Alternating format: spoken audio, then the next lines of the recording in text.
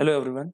So the question that we have over here is, let the roots of a quadratic equation x square plus px plus q is equal to 0 are k and 3 minus k. These both are the roots. If k is an integer, then what is the maximum integral value which q can take? Okay, so I know already कि k and 3 minus k जो हैं इसके roots हैं.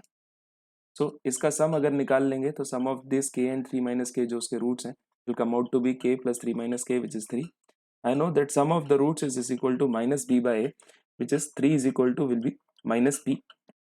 That means p की value यहाँ पे आ जाती है -3.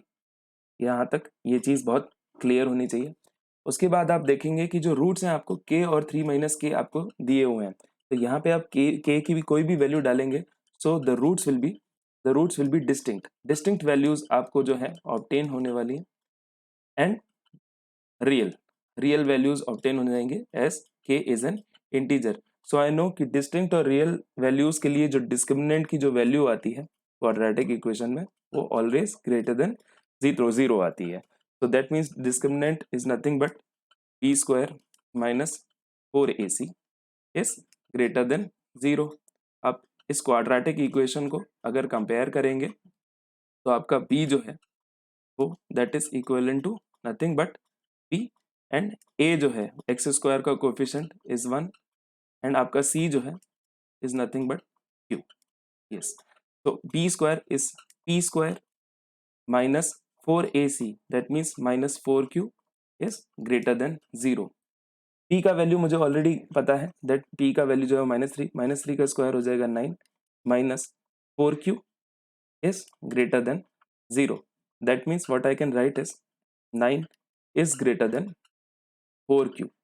That means अगर 4q जो है वो लेस देन 9 है, तो q जो है वो लेस देन हो जाएगा 9/4 से, या मैं कह सकता हूँ कि q जो है वो लेस देन हो जाएगा 9/4 इज नथिंग बट 2.25.